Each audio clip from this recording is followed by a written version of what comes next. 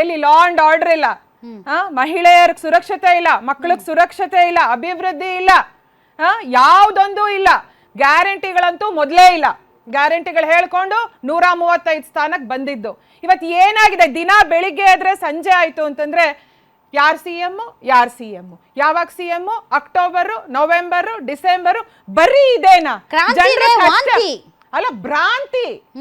ಯಾವ ಕ್ರಾಂತಿನೂ ಇಲ್ಲ. It's just ಭ್ರಾಂತಿ ಅಷ್ಟೇ.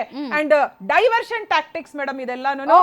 ನಾವ್ ಏನೇ ಕೇಳಿದ್ರು ಅಭಿವೃದ್ಧಿ ಬಗ್ಗೆ ಆಯ್ತಾ, ಮತ್ತೆ SCPT ಹಣ ಏನಾಯ್ತು, ಮಹಿಳೆಯರು ಇಷ್ಟು ಜನ, ಇವಾಗ ಮೊನ್ನೆ ರೀಸೆಂಟ್ ಅಲ್ಲಿ ಬೆಂಗಳೂರಲ್ಲಿ 7 ಜನ ರೇಪ್ ಮಾಡಿ ಮರ್ಡರ್ ಮಾಡಿದ್ದಾರೆ. ವಿಜಯಪುರದಲ್ಲಿ 11 ವರ್ಷದ ಮಗು ಮೇಲೆ ರೇಪ್ ಆಗಿದೆ, ಮರ್ಡರ್ ಮಾಡಿದ್ದಾರೆ.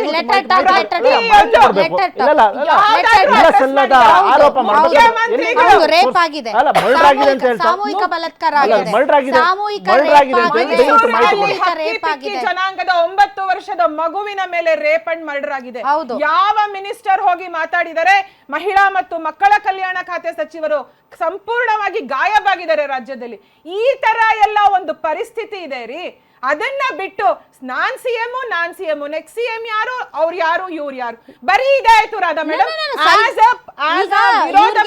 ಸೈದ್ಧಾಂತಿಕ ಚಿಂತನೆ, ಸೈದ್ಧಾಂತಿಕ ತತ್ವ ಸಿದ್ಧಾಂತ, ಇದು ಯಾಕೋ ಸಿದ್ಧಾಂತ, ಇದು ಕುರ್ಚಿಯ ಸಿದ್ಧಾಂತ. ಆಲ್ರೈಟ್, ಓಕೆ, ಜಸ್ಟ್ ಕುರ್ಚಿಯ ಸಿದ್ಧಾಂತ. ಪ್ರದೀಪ್ ಸರ್, ಏನ್ ಯತೀಂದ್ರ ಅವರ ಸ್ಟೇಟ್ಮೆಂಟ್ ನ ಟೈಮಿಂಗು ಸರ್, ಈ ಟೈಮಿಂಗು ಯಾರು ಮಾತಾಡ್ತಾ ಇಲ್ಲ. ಟು ಬಿ ಫ್ರ್ಯಾಂಕ್, ಎಲ್ಲಿ ನೋಟಿಸ್ ಕೊಟ್ಬಿಡ್ತಾರೆ ಅಂತ ಪಾಪ ಶಾಸಕರು ಯಾರು ಬಾಯಿ ಬಿಡ್ತಾ ಇಲ್ಲ. ಅಂಥದ್ರಲ್ಲಿ ಸ್ವತಃ ಮುಖ್ಯಮಂತ್ರಿಗಳ ಮಗ ಈ ತರದ ಒಂದು ಸ್ಟೇಟ್ಮೆಂಟ್ ಕೊಡ್ತಾರೆ. ನಮ್ಮ ಅಪ್ಪನ ಉತ್ತರಾಧಿಕಾರಿ ಇವ್ರು ಆಗಬೇಕು, ತತ್ವ ಸಿದ್ಧಾಂತಗಳು, ನಮ್ಮ ಸೈದ್ಧಾಂತಿಕ ವಿಚಾರಗಳು, ವಿಚಾರಧಾರೆಗಳು, ಅಹಿಂದ, ಇದ್ರ ಬಗ್ಗೆ ಮಾತಾಡ್ತಾರೆ. ತುಂಬ ಖುಷಿ ಆಗ್ತಾ ಇದೆ. ಯಾಕೆಂದರೆ ಇವತ್ತು ಎಷ್ಟೋ ಜನ ಮಹಿಳೆಯರು ಹೇಳ್ತಾ ಇದ್ರು, ನನಗೆ PCOD ಪ್ರಾಬ್ಲಮ್ ಇತ್ತು ಸರ್, ಥೈರಾಯ್ಡ್ ಪ್ರಾಬ್ಲಮ್ ಇತ್ತು ಸರ್, ಆರಾಮಾಗಿ ನಾನು ಸಣ್ಣ ಆದೆ ಸರ್, ತುಂಬ ಥ್ಯಾಂಕ್ ಯು ಅಂತ ಎಷ್ಟೋ ಜನ ಹೇಳ್ತಾ ಇದ್ರು. ನಿಮಗೆ PCOD ಪ್ರಾಬ್ಲಮ್ ಇರಲಿ, ಥೈರಾಯ್ಡ್ ಪ್ರಾಬ್ಲಮ್ ಇರಲಿ, 100% ನೀವು ಸಣ್ಣ ಆಗಬೇಕು, ಆರೋಗ್ಯದಲ್ಲೂ ಸಮೇತ ತುಂಬ ಚೇತರಿಕೆ ಆಗಬೇಕು ಅಂದರೆ ಪ್ರತಿದಿನ ನಮ್ಮ ಜೀನಿ ಸ್ಲಿಮ್ನ ಯೂಸ್ ಮಾಡಿ. ಯಾಕೆಂದರೆ ಜೀನಿ ಸ್ಲಿಮ್ಮು ಒಂದು ಉತ್ತಮ ಆಹಾರ. ಹೌದು, ಕಳೆದ 2.25 ವರ್ಷಗಳಿಂದ ಈ ಪವರ್ ಶೇರಿಂಗ್ ಬಗ್ಗೆ ನಾವು ಮಾತಾಡ್ತಾ ಇದ್ವಿ, ಚರ್ಚೆ ಆಗ್ತಾ ಇತ್ತು. ಆದರೆ ಕಳೆದ 3-4 ತಿಂಗಳಲ್ಲಿ ತುಂಬ ವೇಗವನ್ನು ಪಡ್ಕೊಳ್ತು ಈ ಚರ್ಚೆ. ಅದೇ ನವೆಂಬರು, ಡಿಸೆಂಬರು ಆ ಬಗ್ಗೆ ಒಂದಷ್ಟು ಚರ್ಚೆ ಆಗ್ತಾ ಇತ್ತು. ಈ ಮಧ್ಯದಲ್ಲಿ ಈ ಟೈಮಿಂಗ್ನಲ್ಲಿ ಯತೀಂದ್ರ ಸಿದ್ದರಾಮಯ್ಯ ಅವರ ಹೇಳಿಕೆ ಭಾಳ ದೊಡ್ಡ ಮಟ್ಟದ ಗಂಭೀರವಾದ ಚರ್ಚೆ ಆಗಬೇಕು. ಯಾಕೆಂದರೆ ಆ ಹೇಳಿಕೆಯನ್ನು ಸ್ವತಃ ಇವ್ರು ಹೇಳಿದ್ರು ವೈಯಕ್ತಿಕ ಅಂತ. ನನಗನ್ನಿಸ್ತಾ ಇದೆ ವೈಯಕ್ತಿಕ ಅಲ್ಲ, ಅದು ಸಿದ್ದರಾಮಯ್ಯನವರ ಟ್ರಿಕ್ಸ್. ಅದು ಸಿದ್ದರಾಮಯ್ಯನವರೇ ಹೇಳಿ ಹತ್ರ ಬಂದ್ಬಿಟ್ಟಿದೆ, ಬೇರೊಬ್ರು ಬರ್ಬೇಕು, ಈಗ ಟೈಮ್ ಸನ್ನಿಹಿತ ಆಗಿದೆ ಪವರ್ ಶೇರಿಂಗ್, ಇನ್ನೊಬ್ರು ಯಾರೋ ಬರ್ತಾರೆ ಅಂತ ಅಂದ್ರೆ ಮುಖ್ಯಮಂತ್ರಿ ಬದಲಾವಣೆಯ ವಿಚಾರವನ್ನ ಕನ್ಫರ್ಮ್ ಮಾಡ್ದಂಗಾಯ್ತು. 100% ಅವರ ಸ್ಟೇಟ್ಮೆಂಟ್ ನ ಹಿಂದಿನ ಉದ್ದೇಶ 100ಕ್ಕೆ 100 ಕುರ್ಚಿಯ ಬದಲಾವಣೆಯ ಮುನ್ಸೂಚನೆಯನ್ನ ಮಗನ ಮೂಲಕನೇ ಕೊಡಿಸಿದ್ದಾರೆ. ಡೌಟೇ ಬೇಡ ನಿಮಗೆ. ಆ ಸ್ಟೇಟ್ಮೆಂಟ್ ಕೂಡ ಅವಶ್ಯಕತೆನೇ ಇರಲಿಲ್ಲ. ಇವತ್ತು ನಾಯಕತ್ವದ ಬಗ್ಗೆ ಅದನ್ನು ಚರ್ಚೆ ಮಾಡ್ತಕ್ಕಂಥದ್ದು, ಡಿಸೈಡ್ ಮಾಡ್ತಕ್ಕಂಥದ್ದು ಹೈಕಮಾಂಡ್ ಅಂತ ಸ್ವತಃ ಸಿದ್ದರಾಮಯ್ಯನವರು ಹೇಳಿದರು ಮಾಧ್ಯಮಗಳಿಗೆ. ಅದನ್ನು ಮೀರಿ ಯತೀಂದ್ರ ಅವರು ಈ ಸ್ಟೇಟ್ಮೆಂಟನ್ನು ಮಾಡ್ತಾರೆ ಅಂತಂದರೆ ಅದರ ಉದ್ದೇಶ ಕುರ್ಚಿಯ ಬದಲಾವಣೆ ಆಗುವಂಥ ಎಲ್ಲ ಲಕ್ಷಣಗಳು 100ಕ್ಕೆ 100 ಆಗುತ್ತೆ. ಡೌಟೇ ಬೇಡ. ಅಲ್ಲ, ಆಗುತ್ತೆ ಅಂತ ಅವರೇ ಹೇಳಿದ್ದಾರೆ. ಆಗುತ್ತೆ, ಇದು ಉತ್ತರಾಧಿಕಾರಿ ಇವರು ಕೊನೆಗಾಲ ಹತ್ರ ಬಂದಿದೆ.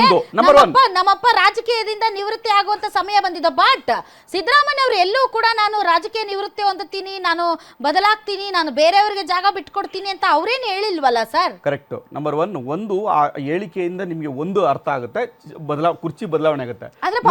ಮಾತುಕತೆ ಆಗಿದೆ. ನಂಬರ್ 2, ನೀವು ನೆಕ್ಸ್ಟ್ ಯಾರು ಕೊಡ್ತೀರಿ ಅನ್ನೋದು ಏನು ಚರ್ಚೆ ಮಾಡ್ತಾ ಇದೀವಿ ನಾವು ಮಾಧ್ಯಮದಲ್ಲಿ. ನಾವು ಬೆಳಿಗ್ಗೆ ಆದರೆ ಎಲ್ಲಿ ಸಾರ್ವಜನಿಕ ಚರ್ಚೆ ಮಾಡ್ತಾ ಇದ್ವಿ, ಸಿದ್ದರಾಮಯ್ಯ DK ಶಿವಕುಮಾರ್ ಅವರು ನೆಕ್ಸ್ಟ್ CM ಆಗ್ತಾರೆ ಅಂತ. ಅದಲ್ಲ, ಅದಾಗಬಾರ್ದು, ಬೇರೆ ಯಾರು ಆಗಬೇಕು ಅನ್ನೋದನ್ನು ಕೂಡ ಇಂಡೈರೆಕ್ಟ್ ಆಗಿ ಸಂದೇಶವನ್ನ ಇವ್ರ ಮೂಲಕ ಸಿದ್ದರಾಮಯ್ಯನವರು ಮಗನ ಮೂಲಕ ಕೊಡಿಸಿದ್ರು. ಅಂದ್ರೆ ಯಡಿಯೂರಪ್ಪನವರು ಯಾವಾಗ ರಾಜೀನಾಮೆ ಕೊಡಬೇಕಾದಂತ ಪರಿಸ್ಥಿತಿ ಬಂದಾಗ ಅವರು ನನಗೆ ಒಪ್ಪಿತವಾಗುವ ಅಥವಾ ನನಗೆ ಕೇಳುವಂತ ಒಬ್ಬ ವ್ಯಕ್ತಿ ಸದಾನಂದ ಗೌಡ್ರೆ ಆಗಬೇಕು ಅಂತ ಹೇಳಿದ್ರು, ಚೂಸ್ ಮಾಡಿದ್ರು ಅವರು. ಅದು ಹೆಂಗೆ ಇತ್ತು ಅಂದ್ರೆ ಇಟ್ಸ್ ಕೈಂಡ್ ಆಫ್ ಒಂಥರ ಹೈಕಮಾಂಡ್ ಗೆ ಬ್ಲಾಕ್ ಮೇಲ್ ತರ ಇತ್ತು ಅವಾಗ. ಹಾಗಾದ್ರೆ ಈಗ ಸಿದ್ದರಾಮಯ್ಯನವರು ಮಕನ ಮೂಲಕ ಮಾಡಿಸ್ತಾ ಇರೋದೇನು? ಅಂತದ್ದೇ ಮುಂದುವರಿದ ಭಾಗ ಈಗ. ಅಂದ್ರೆ ಇದು ಬ್ಲಾಕ್ ಮೇಲ್ 100ಕ್ಕೆ 100 ಅವ್ರು ಅದಕ್ಕೆ ಪವರ್ ಶೇರಿಂಗ್ ಬಗ್ಗೆ ಯಾಕೆ ಹೆಸರು ಚಾಲ್ತಿಲೇ ಇಲ್ಲದೆ ಇರ್ತಕ್ಕಂಥ ಸತೀಶ್ ಜಾರಕಿಹೊಳಿ ಹೆಸರು ತಗೋಬರ್ತಾರೆ ಮುಂದಕ್ಕೆ? ಇರ್ದಿದ್ದ ಚರ್ಚೆ ಅವರೇ ಹೇಳಿದ್ದಾರೆ 2028ಕ್ಕೆ ನಾನು ಕ್ಯಾಂಡಿಡೇಟ್ ಈಗಲ್ಲ ಅಂತ ಅವರೇ ಹೇಳಿದ್ದಾರೆ. ಈಗ ಚರ್ಚೆ ಆಗ್ತಾ ಇದ್ದಕ್ಕೆ ಕಳೆದ 2-3 ತಿಂಗಳಿಂದ ಚರ್ಚೆ ಆಗ್ತಾ ಇರ್ತಕ್ಕಂಥದ್ದು ಕೇವಲ ಡಿ ಕೆ ಶಿವಕುಮಾರ್ ಅವರಿಗೆ ನೆಕ್ಸ್ಟ್ ಪವರ್ ಶೇರಿಂಗ್ ಅನ್ನೋದ್ರ ಬಗ್ಗೆ. ಆದ್ರೆ ಅದನ್ನ ಬಿಟ್ಟು ಆ ಹೆಸರನ್ನ ಇನ್ನೆಲೆಗೆ ತಂದು ಮುನ್ನೆಲೆಗೆ ಇನ್ನೊಂದು ಯಾವ್ದು ಹೆಸರು ತಗೋತಾ ಇದ್ರಿ ಅಂದ್ರೆ ನಿಮ್ಮ ಉದ್ದೇಶ ಅದು ಸಿದ್ದರಾಮಯ್ಯನವರ ಉದ್ದೇಶ ನೇರವಾಗಿ ಪರ್ಯಾಯ ಇಲ್ಲ. That is also Trump card. ಆ ಟ್ರಂಪ್ ಕಾರ್ಡ್ ಕೂಡ ಸಿದ್ದರಾಮಯ್ಯ ಬ್ಲಾಕ್ ಮೇಲು ಟ್ರಂಪ್ ಕಾರ್ಡ್ ಎರಡನ್ನೂ ಕೂಡ ವ್ಯವಸ್ಥಿತವಾಗಿ ಬಹಳ ಬುದ್ಧಿವಂತಿಕೆಯಿಂದ ಆ ಸ್ಟೇಟ್ಮೆಂಟ್ ಅನ್ನ ಕೊಡಿಸಿದ್ದಾರೆ. ಅದರ್ವೈಸ್ ಹಿಂಗೂ ಆಲೋಚನೆ ಮಾಡಬಹುದು. ಯಾಕೆ ಅಂತಂದ್ರೆ ಪವರ್ ಶೇರಿಂಗ್ ಬಗ್ಗೆ ಡಿ ಕೆ ಶಿವಕುಮಾರ್ ಅವರು ಎಲ್ಲೂ ಮಾತಾಡ್ತಾ ಇಲ್ಲ. ತಡ್ರಿ ಇರ್ಬಹುದೇನೋ.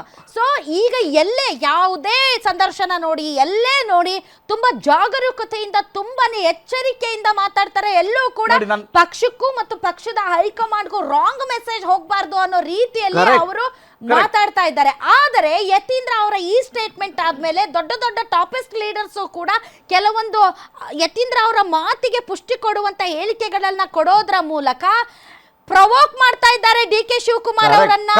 ಅವ್ರು ಹೇಗಾದ್ರೂ ಮಾಡಿ ಪ್ರವೋಕೇಶನ್ ಅಲ್ಲಿ ಒಂದು ತಪ್ಪು ಹೆಜ್ಜೆ ಇಟ್ಟು ಏನಾದ್ರೂ ಒಂದು ಸ್ಟೇಟ್ಮೆಂಟ್ ಕೊಟ್ಟು ಬಿಟ್ರೆ ಬಟ್ ಡಿ ಕೆ ಶಿವಕುಮಾರ್ ಅವ್ರು ಕೊಡ್ತಾ ಇಲ್ಲ. ನನ್ ಯಾಕೆ ಕೇಳ್ತೀರಿ, ನೀವು ಯತೀಂದ್ರ ಅವ್ರನ್ನ ಕೇಳಿ ಅಂತಿದ್ದಾರೆ. ಸೊ ಪ್ರವೋಕೇಶನ್ ಡಿ ಕೆ ಶಿವಕುಮಾರ್ ಅವ್ರದ್ದು ಆ ಥರ ಆಟಿಟ್ಯೂಡ್ ಅಲ್ಲ. ಅವರು ಒಂಥರ ರೆಬಲ್, ಅವ್ರು ಒಂಥರ ತುಂಬಾ ಪವರ್ಫುಲ್ ಆಗಿ ಉತ್ತರ ಕೊಡೋರು. ಈ ವಿಚಾರದಲ್ಲಿ ಮಾತ್ರ ತುಂಬಾ ಅಳದು ತೂಗಿ ಅವ್ರಿಗೆ ಗೊತ್ತು ಒಂದು ತಪ್ಪು ಹೆಜ್ಜೆ ಅವರ ಮುಖ್ಯಮಂತ್ರಿ ಕುರ್ಚಿಯ ಕನಸನ್ನ ಭಗ್ನ ಮಾಡುತ್ತೆ ಅಂತ. ಆದ್ರೆ ಈ ಕಡೆ ಅವ್ರು ಸುಮ್ಮನೆ ಇಲ್ಲ, ಇವ್ರು ಕಂಟಿನ್ಯೂಸ್ ಆಗಿ ಪ್ರವೋಕ್ ಮಾಡ್ತಾ ಇದ್ದಾರೆ. ಪ್ರವೋಕ್ ಮಾಡೋದಕ್ಕೆ ಹೊಸ ಕ್ಯಾಂಡಿಡೇಟ್ ಯಾರು? ಸ್ವತಃ ಸಿಎಂ ಸಿದ್ದರಾಮಯ್ಯ ಅವರ ಮಗ ಯತೀಂದ್ರ.